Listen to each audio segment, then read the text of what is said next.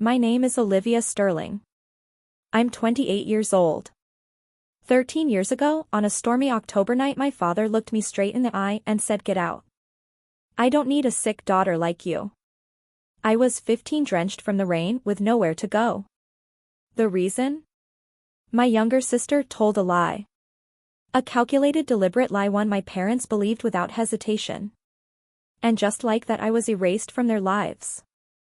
3 hours later, the police called them from the hospital.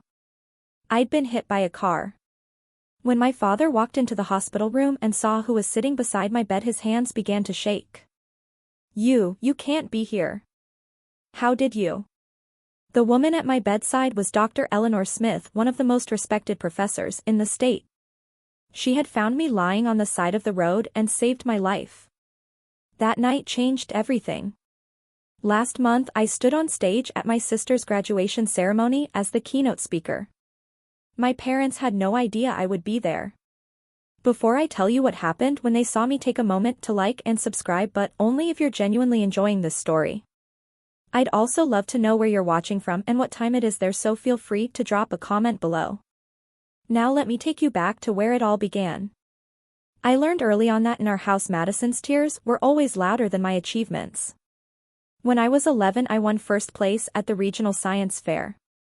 My project on water filtration systems beat out 40 other students. I was bursting with pride. I ran home clutching the blue ribbon in my hand, burst through the door, and found my mom in the kitchen. "I won," I shouted. She smiled and hugged me. "That's wonderful, sweetheart." Then Madison walked in from dance practice, 8 years old, face flushed, tears streaming.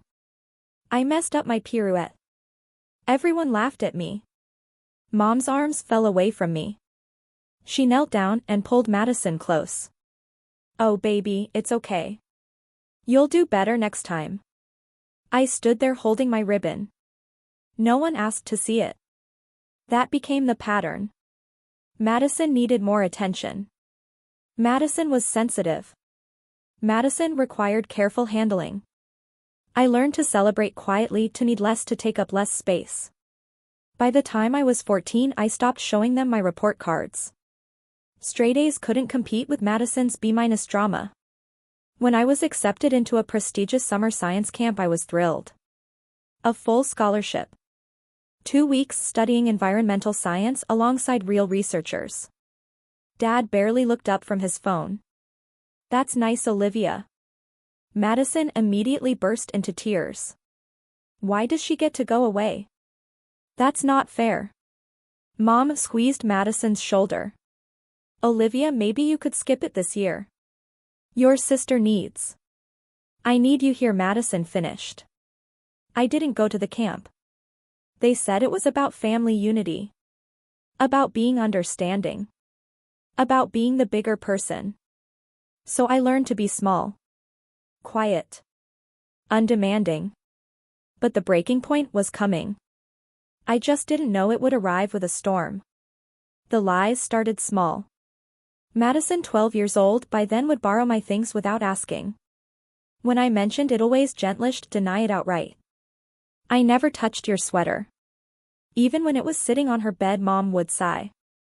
"Olivia, don't start fights." Then money disappeared from Mom's wallet. $50. Madison said she'd seen me near Mom's purse that morning. I hadn't been. I'd left for school early. Dad called me into his study. "Did you take money from your mother?" "No, I didn't." "Madison says you did." "She's lying." His jaw tightened. "Don't accuse your sister." "But I didn't." "Enough." His voice cut me off. "I'm disappointed in you, Olivia. I thought you were better than this." I lost my phone for a month, and the science camp I'd been promised for the following summer was gone. "We can't trust you with independence right now," Mom said. Madison watched from the stairs. When our parents weren't looking, she smiled. That stolen $50 was just a test run. Madison was learning she could get away with anything. The pattern escalated. A broken vase, me fault. A failed test, Madison hadn't studied for, I should have helped her more. A rumor at school about Madison cheating on a quiz must have started it. I stopped defending myself. What was the point? They believed her tears over my truth every single time. By 15 I felt like a ghost in my own house, present but invisible unless they needed someone to blame. I started spending more time at the library at school, anywhere but home. I told myself I just needed to survive until college. 2 more years. I could make it 2 more years. I was wrong. October junior year. Everything felt heavy that week. There was a boy at school named Jake. He was in my AP chemistry class, nice guy, terrible at balancing equations. He'd asked me for help a few times and I'd stayed after class to explain stoichiometry. That was it. Just homework help. Madison had a crush on him. A massive obsessive crush. She walked past my classroom just to see him. She practiced writing Madison Sterling Walker in her diary. I saw it once when I returned a pen she'd borrowed. On Tuesday, Jake caught me at my locker. "Hey, thanks for the help yesterday. You really saved me." I smiled. "No problem. Maybe we could study together sometime for the midterm." "Sure. The library works." "Cool." He walked away. I turned and saw Madison 20 feet down the hall staring. Her face was pale. That night at dinner she barely spoke. She just pushed her food around her plate. Mom kept asking if she felt okay. Madison shrugged and said nothing. I should have known then her silence was more dangerous than her tears. On Thursday we had a visiting lecturer in my biology class, Dr. Eleanor Smith from the State University. She spoke about educational equity and her research. I stayed after class to ask a few questions and she seemed genuinely impressed. "You have a curious mind," she told me as she handed me her card. "Don't let anyone dim that light." I smiled and thanked her, never imagining she would one day save my life.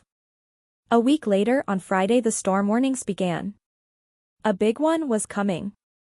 Everyone was preparing, stocking up, securing windows, bracing for impact.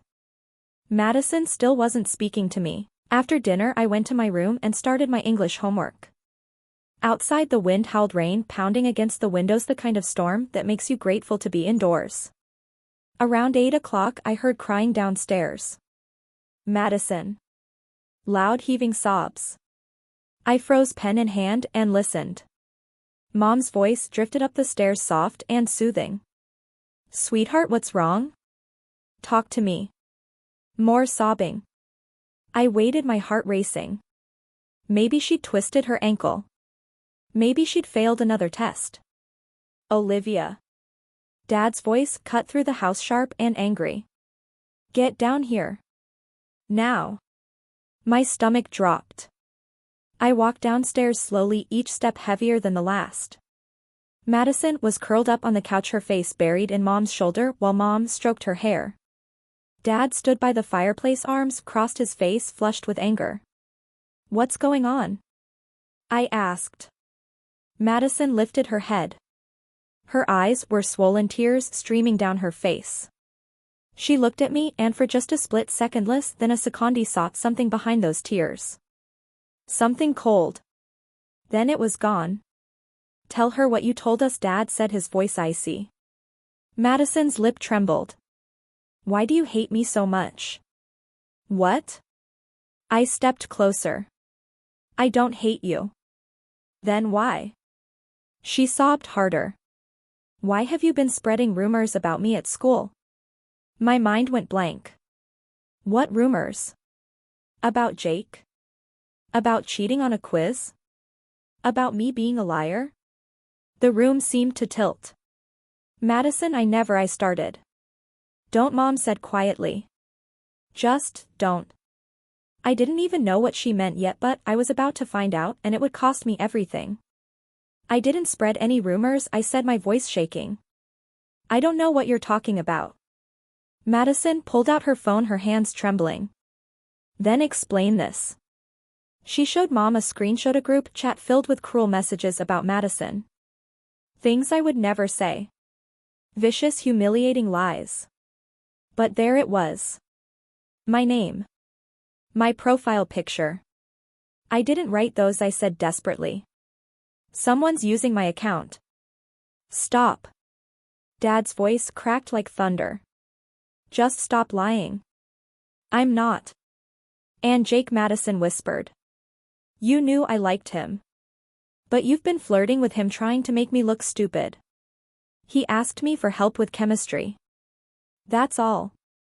That's all. Madison's voice rose. You've been staying after class with him. Meeting him at the library. He told his friend he thinks you're pretty. We're study partners. You tried to steal him from me. Madison stood up, her voice shaking. And last week you pushed me on the stairs. Look. She yanked up her sleeve. A dark purple bruise bloomed across her forearm. I stared at it. I never touched you. You did, Madison sobbed. I didn't want to say anything. I thought maybe you were just stressed. Mom stood, moving between us. Olivia, this is serious. If you hurt your sister. I didn't. Then how did she get that bruise? Dad demanded. I don't know, I said. Maybe she did it herself. The words fell into the room like shattered glass. Madison's eyes widened. Fresh tears spilled. You think I'd hurt myself just to frame you? Yes. I shouted, desperate. Yes, because you do this. You lie. You've been lying about me for years. Dad stepped toward me. Is this true, Olivia? Have you been bullying your sister? Making her life miserable? No. God, no. Please just listen. I've heard enough. Dad slammed his fist against the mantel. I've heard enough of your excuses. They're not excuses. Please just let me explain. There's nothing to explain.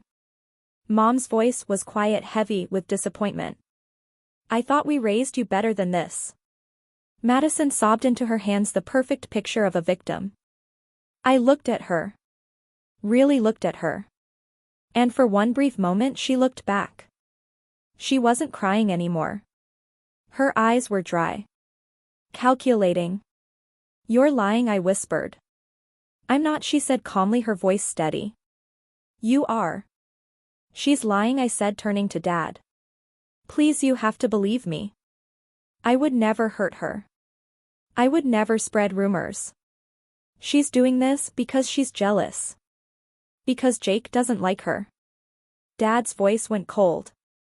Flat. I don't want to hear another word from you. I'm not sick. You're sick, he said. Something is wrong with you. You need help. Professional help. The word hit me like a slap. Sick. But right now, he said, pointing to the door, I need you out of my sight. The rain hammered the house. Thunder rattled the windows. Dad, it's storming. I don't care. Where am I supposed to go? That's not my problem. His face twisted. Get out. I don't need a sick daughter like you in this house. The words carved themselves into messic daughter as if I were diseased, broken, wrong. I looked at Mom, silently begging. Say something. Stop him. Tell him this is insane. She turned away. Kept her arm around Madison. I grabbed my jacket from the hook. My hands shook so badly I could barely zip it up. The door slammed behind me. Through the window I saw Madison watching me leave. She wasn't crying anymore. She was smiling. The rain hit me like a wall, cold and furious. Within seconds I was soaked to the bone. I stood on the porch for a moment, waiting. Maybe Dad would come after me. Maybe he'd apologize, say he'd overreacted. The door stayed closed. So I started walking. I had nowhere to go, just away. Away from that house. Away from Madison's lies. Away from parents who believed I was sick. My phone buzzed. Low battery, 8%. I pulled it out and tried calling my friend Sarah. No answer. Then Jessica. Straight to voicemail. It was Friday night. Everyone was home with their families safe, warm, dry. Not me. The wind whipped my hair into my face. Rain fell in sheets so thick I could barely see 10 feet ahead. Cars rushed past spraying water from deep puddles. No one stopped. I headed toward the library. Maybe I could wait out the storm there. It was closed. Dark windows.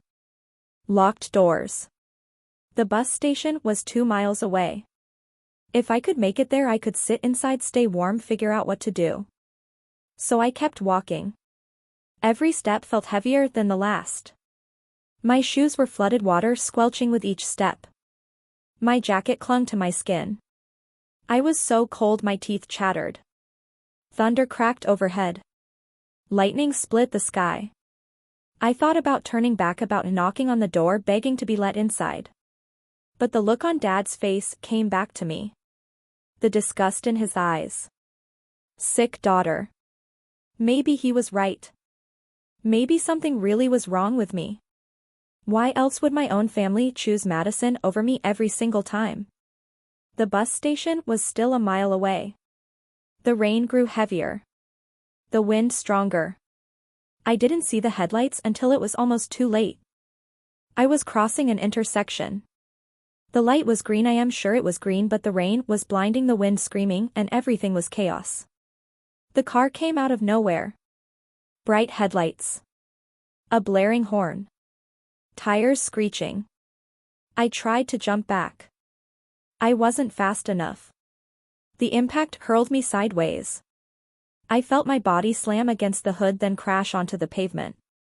My head struck the asphalt and pain exploded through my skull, white hot, overwhelming. I couldn't move. I couldn't breathe. Rain poured into my mouth, my eyes. The world tilted wrong and spinning. I heard a car door slam. Footsteps running, splashing through water. Oh my God. Oh my God. A woman's voice, panicked, shaking. Sweetheart, can you hear me? I tried to answer. Nothing came out. Don't move. Just stay still. I'm calling 911. Her hands rested on my shoulder, gentle and steady. Stay with me, okay? She said softly. What's your name? I blinked, struggling to focus. Her face was blurry, dark hair plastered to her cheeks, rain streaming down her skin. She looked familiar. Had I seen her before? My parents? I managed. My voice was barely more than a whisper. Your parents? She repeated gently. Okay. What's their number? I'll call them. They don't. I coughed, the taste of blood filling my mouth. They don't want me. Her face changed instantly. What? They kicked me out, I said. The words felt heavy, unreal. They said I'm sick. They don't want me anymore. She stared at me as rain poured between us. Something shifted in her expression, recognition maybe. Or horror. You're going to be okay, she said, though her voice trembled. I promise. You're going to be okay. Sirens wailed in the distance, growing louder. Her face was the last thing I saw before everything went black. I don't remember the ambulance. I don't remember arriving at the hospital. My first clear memory was sound machines beeping, fluorescent lights humming, the sharp scent of antiseptic. And a voice. The patient has a severe concussion and possible internal bleeding. She needs to be kept for observation. I tried to open my eyes. They were too heavy. Everything hurt. I'm staying, the same voice said, firm, now no trace of panic. I'm not leaving her alone. Ma'am, are you family? I'm the one who hit her with my car, she replied. I'm staying until her parents arrive. Time passed in fragments. I drifted in and out. Voices came and went. Then I heard new ones. Familiar ones. We're Olivia Sterling's parents, Dad, said his voice tight. Mr. and Mrs. Sterling. The woman's voice again cold, now professional. I'm Dr. Eleanor Smith. A pause. You.I, a professor at the State University, Mom said. I'm the Dean of Graduate Studies, Dr. Smith corrected sharply. And I'm the one who hit your daughter with my car tonight. It was an accident, Dad said quickly. We don't blame you. She ran across the road in the middle of a storm, Mom added. She was soaking wet alone at night.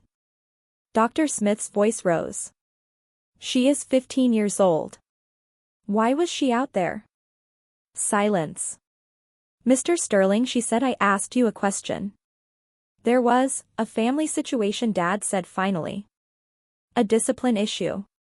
A discipline issue, Dr. Smith repeated slowly. What kind of discipline involves sending a child out into a storm? We didn't, it wasn't like that. Then what was it like? She demanded. Because your daughter told me something before she lost consciousness. She said her parents didn't want her anymore. She said you told her she was sick. More silence. That's not true, Madison said, her voice small and frightened. Olivia's making that up. She was barely conscious, Mom added. She didn't know what she was saying. She knew exactly what she was saying, Dr. Smith replied. I heard every word. I heard footsteps, someone moving away from my bed. I'm contacting a social worker, Dr. Smith said. Immediately. That won't be necessary, Dad said, trying and failing to sound authoritative. We're her parents. We'll handle this from here. With all due respect, sir, Dr. Smith said coldly, you've handled it enough. This is a private family matter. The moment you sent a minor out into a storm, she said, it stopped being private. Dr. Smith's footsteps returned. I felt her hand close around mine, warm, steady, protective. I'm not leaving until I know she's safe. A different voice answered, this time calm and official.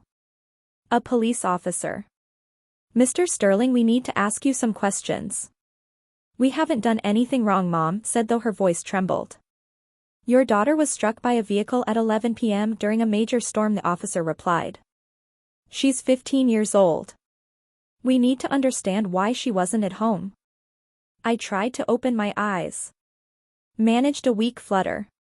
Everything was blurry, shapes moving, shadows shifting. I saw my father's silhouette. Madison standing behind him. Dr. Smith noticed immediately. She's waking up. Everyone out. Now. She's our daughter, Dad began. And I'm the doctor in this room, Dr. Smith said sharply. Out. Footsteps retreated. Voices faded. The door closed. Dr. Smith leaned closer. Her hand squeezed mine gently. You're safe now, she whispered. I promise. You're safe. I wanted to believe her, but safe felt like a foreign word. I hadn't felt safe in years. I closed my eyes and let the darkness take me again. When I woke up 3 days later, my parents were gone. Dr. Smith was still there. She had kept her promise. The concussion was severe. I spent 4 days in the hospital. Dr. Smith came every day bringing books, sitting by my bed talking to me about college, about science, about futures I'd never allowed myself to imagine. My parents visited once. They brought a bag of clothes and some schoolwork. They stood at the foot of my bed, stiff and uncomfortable strangers in hospital scrubs. We're glad you're okay, Mom said. Dad nodded. You gave us quite a scare. Neither apologized. Neither explained. Neither asked if I wanted to come home. Madison didn't come at all. On the 5th day, a social worker arrived. Her name was Rita. She had kind eyes and asked her questions gently about my home, my family, and what had happened that night. I told her everything. Madison's lies. My parents choosing her. The words sick daughter. Rita listened, carefully taking notes. Then she looked at me and said, Olivia, you have options. You don't have to go back. Where else would I go? I asked. There was a knock on the door. Dr. Smith stepped inside. She could stay with me. I stared at her. What? Temporary foster placement, Rita explained, until we figure out something permanent if that's what you want. Dr. Smith met Rita's eyes. I've already started the paperwork. Why would you do that? My voice cracked. You don't even know me. Dr. Smith sat on the edge of my bed. Because someone once did it for me. When I was 17, my family kicked me out too. A teacher took me in and it changed my life. She took my hand. You're brilliant, Olivia. You have potential most kids never get the chance to discover. Don't let anyone tell you you're sick. Don't let anyone dim that light. I started crying. I couldn't stop. I'll understand if you want to go home, Dr. Smith said softly. But if you want something different, I am here. I made my decision right there in that hospital room. I chose different. 6 months later, I was a different person. Same name. Different life. Dr. Smith's house was quiet and orderly, filled with books, plants, and soft classical music. She gave me the guest room and told me I could decorate it however I liked. I transferred schools and started over. No one there knew about Madison, my parents, or being the sick daughter. I was just Olivia, smart, focused, and finally free to breathe. Dr. Smith, Eleanor, as she insisted I call her, introduced me to a world I'd never seen before. University lectures. Research symposiums. Dinner conversations with professors about policy, equity, and change. Education is freedom, she'd say. Knowledge is power. No one can take that from you. I threw myself into school. Straight A's weren't just grades anymore, they were proof. Proof that I wasn't sick, broken, or wrong. Eleanor taught me about grant writing, scholarships, and the systems designed to help kids like me, kids from difficult homes, kids who needed a second chance. You're going to do something important someday, she told me once over dinner. Pasta salad.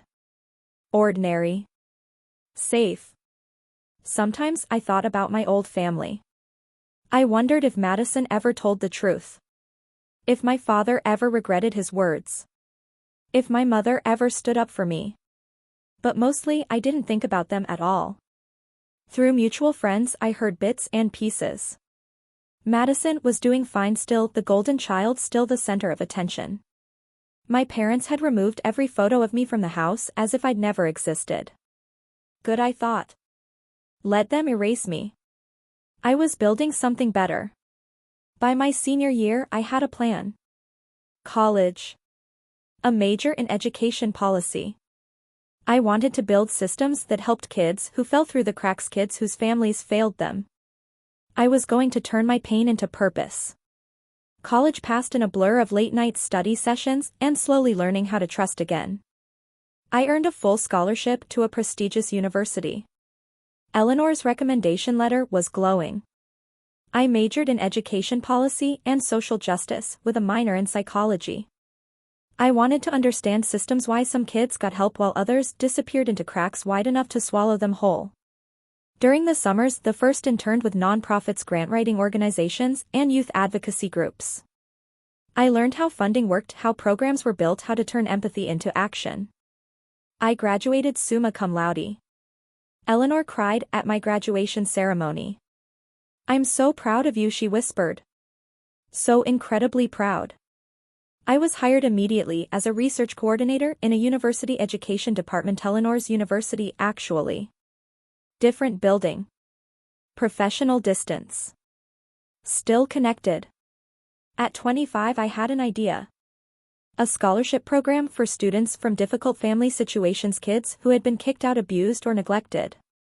Kids who just needed someone to give them a second chance. I called it the Second Chances Scholarship. Not very original, I know, but clear. Eleanor helped me write the grant proposals. We secured funding from 3 organizations and launched the program at 1 university as a pilot. Then 2 universities. Then 5. By the time I was 27, we had awarded over $200,000 in scholarships, helping 47 students stay in school, stay alive, and stay hopeful. The media started paying attention. Local newspapers. Education journals. I gave interviews and spoke at conferences, always telling my story in careful, vague terms. A 15-year-old girl who was told she didn't belong. I never named names. One afternoon my colleague David Brooks knocked on my office door. "Olivia, you're being considered as the keynote speaker for a graduation ceremony." "Which university?" I asked. "Riverside State University." My stomach dropped. I stopped. Took a breath. "That's my sister's school." David blinked. "You have a sister?" "Not anymore," I said quietly. "But yes, she graduates this spring." He sat down. "Do you want me to decline on your behalf?" I looked at my desk. My hands. The neatly stacked scholarship applications. 47 students. 47 second chances. "What's the theme?" I asked. "Resilience and educational equity. President Walsh specifically requested you. He said your work represents everything the ceremony should stand for." My work. A scholarship born from being discarded. From being called sick. Would I have creative control over the speech? I asked. Complete control. They just want you there. I thought about Madison in her cap and gown, smiling, probably boasting about her perfect family, her supportive parents, her only child narrative. I thought about my parents in the audience, proud, unaware, still believing they'd made the right choice 13 years ago. And I thought about standing on that stage and telling my story, not for revenge, but for closure. "I need to talk to Eleanor," I said. That night over dinner I laid everything out. They have no idea I exist like this. No idea I built any of this. They probably think I'm dead. Or homeless. Or that I disappeared. I honestly don't know what they think. Eleanor set down her fork. "What do you want to happen?" "I want to close the chapter properly," I said. "Not with anger, with truth. And if they're hurt, they hurt me first." I met her eyes. "I'm not doing this for revenge. I'm doing it because my story matters. Showing them who I became despite them, that's not vindictive. That's honest." Eleanor reached across the table and squeezed my hand. "Then do it on your terms," she said. "With your head held high. Show them who you are now." The next morning I called David. "Tell President Walsh I accept." I didn't see Madison in person, but I saw enough. Social media has a way of making ghosts visible. She posted constantly. Her senior year was carefully documented in filtered photos and polished captions. Brunches with friends. Study sessions that looked more like photo shoots. The perfect college experience. One caption read, "Can't believe I'm graduating in 2 months. So grateful for my parents who supported me every step of the way. Madison blessed our family first." The comments flooded in immediately, "You're amazing. So proud of you. Your parents raised you right." I scrolled through her profile just once out of morbid curiosity. There were no photos of me, no mention of a sister anywhere in her digital world. I had never existed. One post stopped me cold. Madison sat at dinner with our parents, all smiles, wine glasses raised. Celebrating my graduation with the 2 best people in the world. "Love you, Mom and Dad." Dad looked older, gray at the temples. Mom looked tired. But they looked happy, proud. I closed the app. Through old acquaintances, people I'd known before everything fell apart, I heard the updates. Madison was thrilled about graduation. Big ceremony. All her friends would be there. Our parents were throwing a party afterward. "The keynote speaker is supposed to be really good," someone wrote in a group chat I was still accidentally part of. Some researcher who started a scholarship program. "Should be inspiring." Madison replied, "Ugh, those speeches are always so boring, but whatever. It's my day." I smiled at that. Took a screenshot.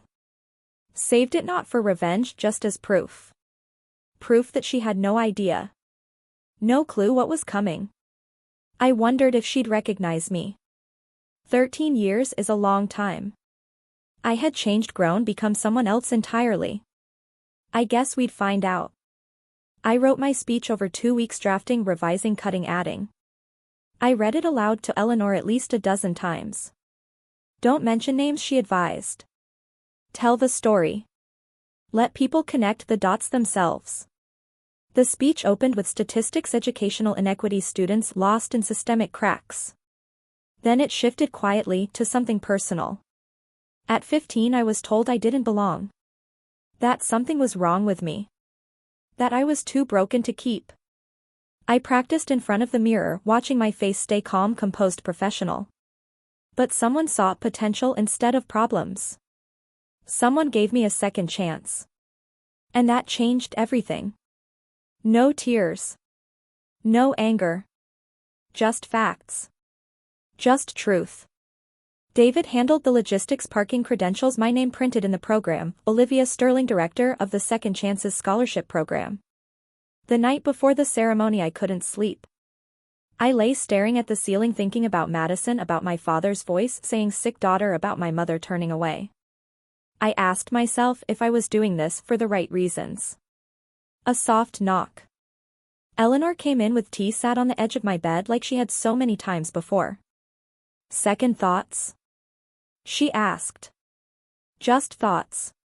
You're not the girl they threw away, Olivia, she said gently. You're the woman who built herself back up.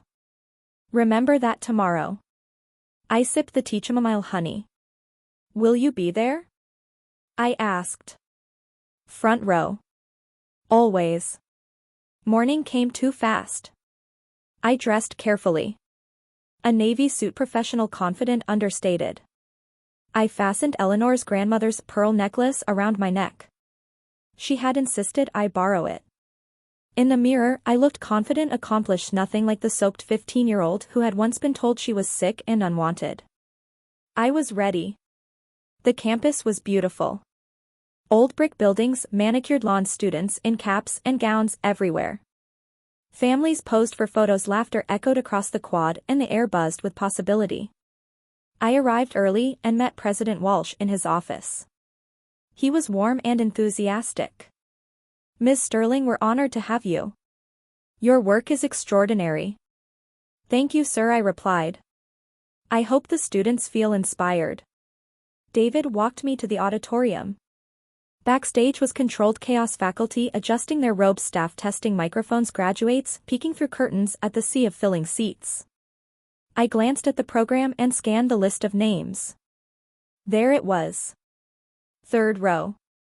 Madison Sterling, Bachelor of Arts Communications. My heart slammed against my ribs. You okay? David asked. Yes, I said, folding the program. Just ready. Eleanor arrived a moment later wearing an emerald dress that made her glow. She hugged me tightly. You've got this. I know, I said with a small smile. Head high. Truth clear. No revenge, just honesty. She kissed my cheek and went to find her seat. The auditorium filled quickly. The low hum of voices rose and fell. Hundreds of people, families, friends, all gathered to celebrate their graduates. Somewhere out there my parents were taking their seats, probably near the center. A perfect view. Proud and excited for Madison's big moment. They had no idea who the keynote speaker was. David had confirmed that my name appeared in the program but buried in small print. Most people never read speaker bios closely. They would find out soon enough. President Walsh touched my shoulder. 5 minutes. You're on after the opening remarks. I nodded, took a slow breath, and smoothed my suit. From the wings I could see the stage, the podium, the microphone, hundreds of faces beyond the lights. It was time. President Walsh stepped to the podium. The crowd quieted. Welcome graduates, families, and honored guests. Today we celebrate achievement, resilience, and the boundless potential of our students. Applause rippled through the room. Our keynote speaker embodies these values. She has dedicated her career to ensuring that every student, regardless of circumstance, has access to opportunity. Please welcome the director of the Second Chances Scholarship Program. He paused then smiled. Ms. Olivia Sterling. The auditorium erupted in polite applause as I stepped into the light. The stage felt enormous, the podium centered, the microphone waiting. Beyond, the first few rows, faces blurred into a sea of caps and gowns. I walked forward with measured steps, calm and steady, my heels clicking softly against the stage floor. Then I saw her. Third row. Madison. Cap and gown, honor cords draped around her neck. She was clapping, smiling, leaning toward the girl beside her to whisper something until she looked up. Her hands froze mid-applause. Her smile flickered then vanished. Confusion crossed her face, followed by recognition, then pure shock. Her mouth parted but no sound came out. Behind her in row 8, my parents were still clapping. They weren't really looking yet, just polite audience members applauding a speaker whose name hadn't registered. I reached the podium, adjusted the microphone, and lifted my gaze. Madison was staring at me, her face drained of color. Her friend nudged her. "You okay?"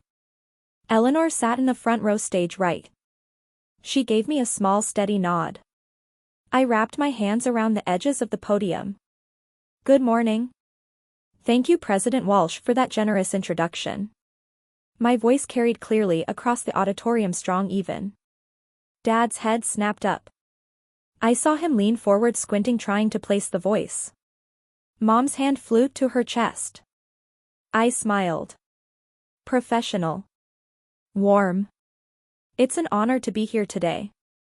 I want to talk about resilience, about what happens when you lose everything and still manage to find yourself."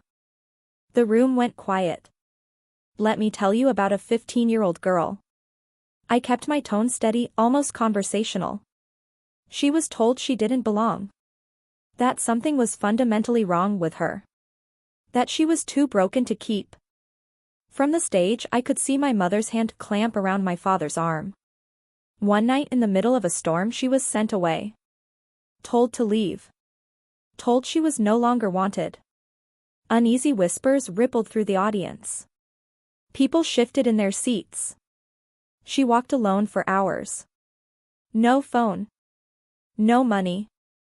Nowhere to go. She was hit by a car. She nearly died. Madison had gone completely still, frozen in place, her face paper white. But someone stopped, I continued. Someone helped. Someone saw potential where everyone else saw problems. Eleanor's eyes shone proud and unflinching. That person became her family. Her mentor. Her mother, in every way that mattered. I paused, letting the silence stretch. That 15-year-old girl was me. The auditorium fell into complete silence. You could have heard a pin drop. My father stood halfway up before my mother yanked him back down, both of them staring, mouths open. Madison looked like she wanted to disappear into her seat. Students around her whispered and pointed. Her friends glanced at her, confused, unsettled. "I'm standing here today because Dr. Eleanor Smith," I said, gesturing toward Eleanor, "did not give up on me when my own family did.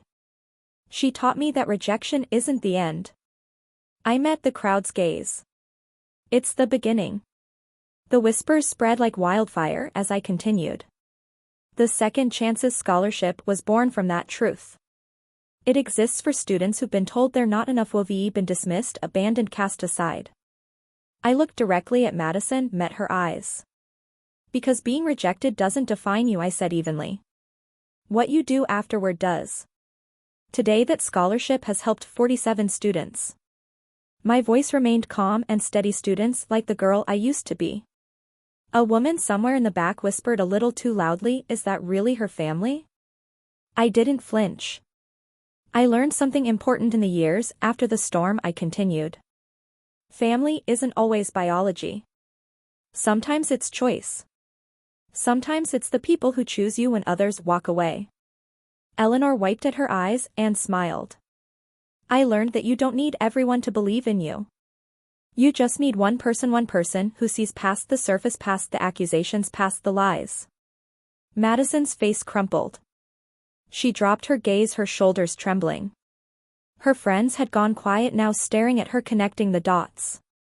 "And I learned," I said, tightening my grip on the podium, "that success isn't about proving people wrong. It's about building something meaningful despite them. My father's hands were shaking. He looked like he wanted to bolt to disappear. My mother cried silently, mascara streaking down her cheeks. So to the graduating class of Riverside State University I said, I leave you with this: your worth is not determined by who stays. It's determined by how you grow after they leave. I paused and let the silence settle. You will face rejection. Disappointment. People who underestimate you. That's guaranteed. I scanned the sea of young faces, hopeful, uncertain, alive with possibility. But you get to decide what happens next. You get to choose who you become. The standing ovation began slowly, then swelled. Students rose first, then faculty, then families, though not everyone stood. My father remained seated, pale, his hands covering his face. My mother stood stiffly, clapping, weakly, tears streaming. Madison didn't move. She sat frozen, staring down at her lap. I stepped back from the podium. President Walsh was smiling broadly. "Thank you, Ms. Sterling," he said. "That was powerful." I walked off stage into the wings and finally exhaled. The ceremony continued. President Walsh returned to the podium and began calling names. I stayed backstage, watching through a narrow gap in the curtains. The energy had shifted. Students crossed the stage to receive their diplomas, but the applause felt uneven, distracted. People were still processing, whispering, pointing, checking their phones. Madison Sterling, Bachelor of Arts Communications. Madison stood and walked toward the stage. Her smile was tight, forced. Her hands trembled as she accepted her diploma. The applause was thin and scattered.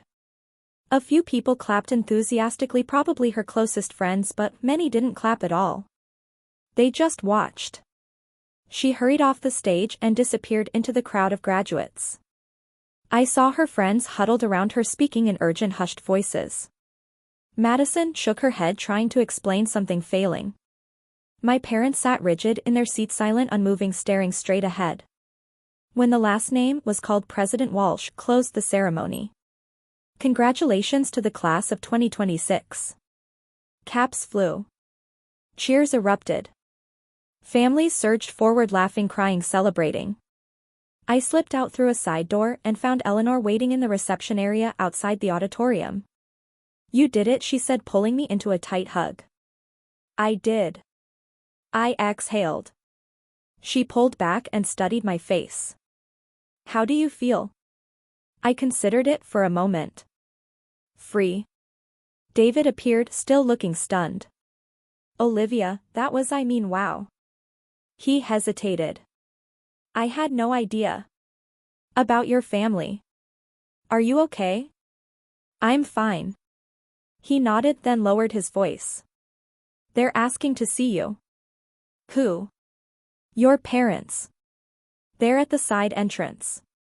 They want to talk." My stomach tightened. "Do I have to?" "Absolutely not," David said quickly. "I can have security step in." I straightened. "No. I'll talk to them on my terms." 5 minutes. That's it. Eleanor squeezed my hand. "I'll be right here." I walked toward the side entrance, toward the family I'd left behind 13 years ago. They stood near a pillar. My father's face was gray. My mother's makeup was smeared. Madison hovered behind them, eyes red and swollen. I stopped 3 feet away, professional distance. "You wanted to talk?" My father opened his mouth, closed it, then tried again. "Olivia, we didn't know you'd be here." "I'm sure you didn't." My mother's voice cracked. You look well." "I am well. Dr. Smith made sure of that." Eleanor stood just behind me, steady and protective. My father's eyes flicked to her, then away. "We owe you an apology," he said. "You owe me a lot more than that," I replied evenly. "But an apology is a start." "We made a mistake," my mother said. "A terrible mistake. We should have listened." "You should have protected me," I said. "That's what parents do. They protect their children." I kept my hands at my sides. Didn't fold my arms. Didn't retreat. You chose Madison's lie over my truth. You called me sick. You threw me out in a storm. Madison flinched, tears spilling down her face. We were wrong, my father said, his voice breaking. I was wrong. I've regretted that night every day for 13 years. Good. The word hung in the air, sharp and final. My mother reached toward me. Can we talk? Privately, as a family? We're not a family, I said gently, not cruelly, just honestly. You made that clear 13 years ago. But we can fix this, my father pleaded. We want to fix it. There's nothing to fix, I said. You made your choice. I made mine. We're done. Olivia. Madison's voice was small, shattered. I'm sorry. I was 12. I was stupid. I didn't know. You were old enough to know what you were doing. David approached, holding a folder. Olivia, these are the scholarship applications for next semester. President Walsh wanted you to have them before you left. He handed it to me, official university letterhead, my name, my title. Inside were photos of scholarship recipients, testimonials, impact summaries. My father stared at it. You really did all this? Yes. Despite everything. My mother took the folder, carefully opened it, read. Her face crumpled. 200 applicants, I said. 47 students so far. And we're expanding. you'Re a director? My father stammered. Senior director, I corrected calmly. As of last month. I took the folder back. I work with 5 universities. We've awarded over $200,000 in scholarships to students from difficult family situations. President Walsh joined us, completely unaware of the tension. Ms. Sterling, he said warmly, that was the best keynote we've had in years. The students are still talking about it. Thank you, President Walsh. He turned to my parents, smiling. Are you Olivia's family? You must be incredibly proud. Silence. There, Eleanor said smoothly. Aren't you Mr. Sterling? My father's jaw tightened. Yes. Very proud. President Walsh beamed. Ms. Sterling is one of our most valued partners. Her program has changed lives, literally saved some of these kids. He shook my hand and walked away. My father stared at me, really seeing me for the first time. We had no idea. You never asked, I said softly, not angry, just tired. You erased me. Pretended I never existed. Why would you know? I tried to find you, my mother whispered. After the hospital, you disappeared. I changed my name legally, I said, meeting her eyes. I needed you not to find me. I needed space to heal. Did you? My father asked quietly. Heal? Yes, I replied. No thanks to you. That's when Madison's friends approached, 3 of them awkward and uncomfortable. Madison, one girl said, touching her arm. Is it true? Is she really your sister? Madison nodded, unable to speak. You told us you were an only child, another said. You said your sister died. My eyebrows lifted. You told them I was dead? Madison's face flushed. I didn't. I mean, it was easier than explaining. Explaining what?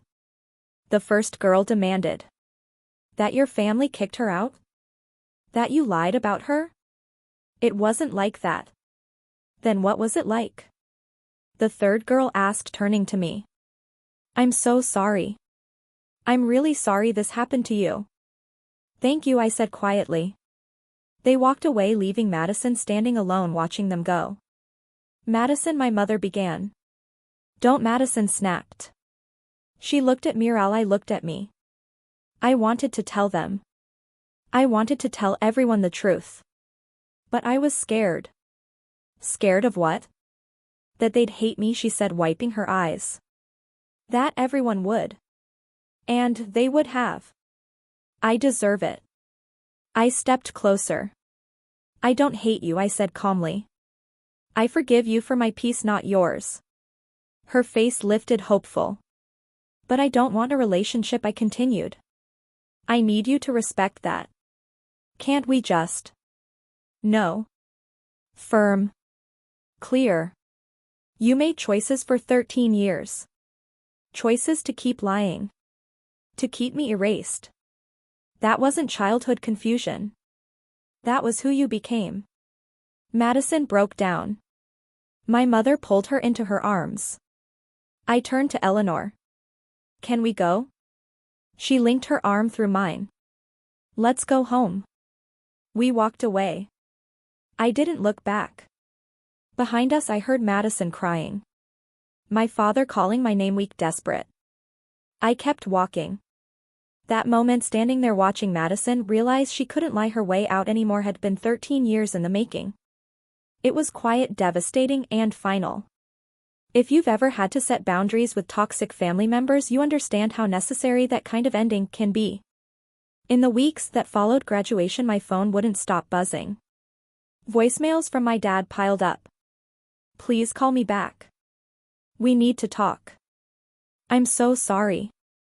We're so sorry. Emails from my mom followed, long rambling messages full of apologies tangled with excuses. We were under so much stress. Madison was going through a phase. We didn't understand what we were doing. I didn't respond. Not yet. Work kept me busy. Scholarship applications flooded in. And then the ceremony went viral, not the whole event, just my speech. Someone had recorded it and posted it online. 50,000 views. Then 100,000. The comments poured in. This woman is incredible. Family isn't blood. It's who shows up. I needed to hear this today. I cried reading those. But there were others too. Is this real? What university was this? What happened to the sister? I ignored the speculation and stayed focused on my work. Then an email arrived from one of Madison's former friends. Subject: You deserve to know. Inside were screenshots, group chats. Conversations I was never meant to see. Madison's friends distancing themselves, piecing together the truth. One message stood out. I can't believe she told everyone her sister was dead. That's psychotic. Another followed. I'm uninviting her from my wedding. I don't want that kind of drama in my life. Madison's carefully curated social world was unraveling. A small part of me felt sorry for her. Very small. The larger part felt nothing at all, just relief. That night Eleanor and I had dinner. Quiet. Comfortable. How are you processing all of this? She asked. I don't know, I said, then paused, searching for the right word. Free. Like I finally put down something heavy I didn't realize I was carrying. She smiled softly. You handled everything with grace. They want to reconcile. Do you? I thought about it, really thought. No, I said finally. I don't think I do. She nodded and squeezed my hand. That's okay. You're allowed to walk away. 2 weeks later my assistant buzzed my office. Olivia, there's a Mr. Sterling here to see you. He doesn't have an appointment, but he says he's your father. My stomach tightened. Give me 5 minutes, I said. Then send him in. I closed my laptop, straightened my desk, took a steady breath. Dad walked in looking 10 years older, grayer, heavier, shoulders slumped. Thank you for seeing me, he said quietly. I have a meeting in 20 minutes. I understand. He sat across from me, stiff and formal, like this was a job interview. Olivia, he said, voice trembling, I need to say this. We were wrong. I was wrong. What I did to you, what I said to you, was unforgivable. Yes, I replied calmly. It was. He swallowed. Madison told us the truth. Finally. Last week. She broke down and confessed everything. The lies. The manipulation. All of it. 13 years too late, I said quietly. I know, he whispered. I know it doesn't fix anything. His hands trembled as he clasped them together. But you need to understand, V, been living with this guilt every day. Every single day. We look at that empty room, the photos we took down, and we know. We know we destroyed something we can never get back. You're right, I said evenly. You can't. He looked up at me, eyes glassy. Can you forgive us? I leaned back in my chair and considered the question. Forgiveness isn't the issue, Dad. Trust is. And that's broken, shattered. You believed Madison's lies over my truth. You called me sick. You threw me out into a storm. I know. No, I interrupted, my voice calm but firm. You don't. You don't know what it's like to be 15 and homeless in a storm. To be told by your own father that you're too broken to love. You will never know. Tears streamed down his face. What can I do? Just tell me, what can I do? Nothing, I said softly. There's nothing you can do. It's too late. 3 days later, an email arrived. Subject, I'm sorry. From Madison. I almost deleted it. My finger hovered over the trash icon, but curiosity won. Olivia. I know you don't want to hear from me. I know I don't deserve your attention, but I need to say this. She wrote about jealousy, how effortless things had always seemed for me, how people liked me without me trying. How she had always felt invisible, always competing, always falling short. When Jake liked you instead of me, I snapped. I planned everything, the screenshots, the bruise, all of it. I knew Mom and Dad would believe me. They always did. My chest tightened as I read on. I never thought it would go that far. I didn't think Dad would actually throw you out. When I saw you walking into the storm, I felt sick. But I couldn't take it back. I was too scared. Too proud. She admitted to the lies, the years of pretending I was dead, because it was easier than telling the truth. I destroyed your life. And I destroyed my own. I don't have real friends anymore. No one trusts me. I lost my job offer because someone from graduation told HR what really happened. I'm not asking for forgiveness. I don't deserve it. I just need you to know I am sorry. I'm so sorry. Madison. I read it twice. Then I saved it. I didn't respond. 4 days later, she sent another email. Then another. Each one more desperate than the last. After the 5th message, I finally replied. Madison. I accept that you were young. But you had 13 years to fix it. You chose to keep me erased. I forgive you for my own peace, but I don't want contact. Please respect that. She stopped emailing. My speech continued to spread further than I'd expected. A local news station reached out asking to interview me about the scholarship program. I agreed on one condition. We would focus on the students, not my personal story. The segment aired under the headline. Local Researchers' Second Chances Program helps students in crisis. They interviewed 3 scholarship recipients. One girl looked into the camera and said, "This program saved my life." And that's when I knew I had turned pain into purpose. I was literally about to drop out, one student said on camera. Miss Sterling's team gave me hope. The response was immediate. Applications tripled. Funding requests flooded in. 3 more universities asked to partner with us. Education journals reached out asking if I would write about our methodology. A national conference invited me to speak on equity in education and closing the gap. One afternoon, David knocked on my office door grinning. "You're famous now. How does it feel?" "Strange," I admitted. "I just wanted to help some kids." "You're doing more than that," he said. "You're changing systems."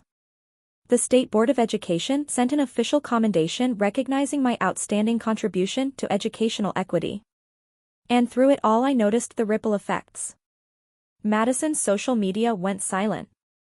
No new posts. Eventually, her accounts went private. Dad sent one final email, "We're proud of you even if we have no right to be." I didn't respond. Mom called once. I let it go to voicemail. Old family friends reached out on LinkedIn with awkward messages, "Heard about your work. So impressive. Maybe we could catch up sometime." I declined politely.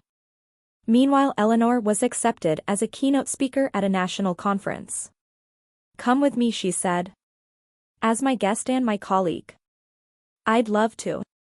We flew to Chicago, presented together, stayed in a beautiful hotel, and talked about everything except my biological family. Over dinner, Eleanor said, "You've built a good life. You should be proud." "I am," I said. "Because of you."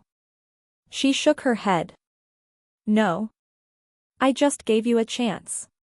You did the rest." 1 year after Madison's graduation, my life looked completely different. The Second Chances Scholarship Program had expanded to 10 universities. We had helped 83 students stay in school, stay alive, stay hopeful. I was promoted to senior director. I got a corner office, a raise, and recognition from people whose names I had only ever read in textbooks. I dated a kind man named Marcus who worked in public policy. It didn't last, but it ended peacefully. I was learning that not all endings had to hurt. Eleanor turned 60 and we threw her a party. Colleagues, friends, former students she had mentored over the years, people who loved her, chose her, built family around her, filled the room. I gave a toast to the woman who taught me that family is built, not born. "Thank you for choosing me," I said. She cried. Happy tears. I thought about my biological family sometimes. Not often, not painfully, just fleeting thoughts. Wondering where they were. Whether Madison had gotten help. Whether Dad still sent unanswered emails.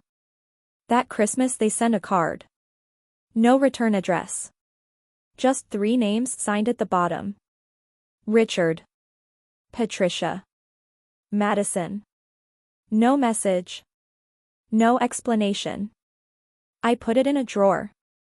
I didn't throw it away. I didn't respond.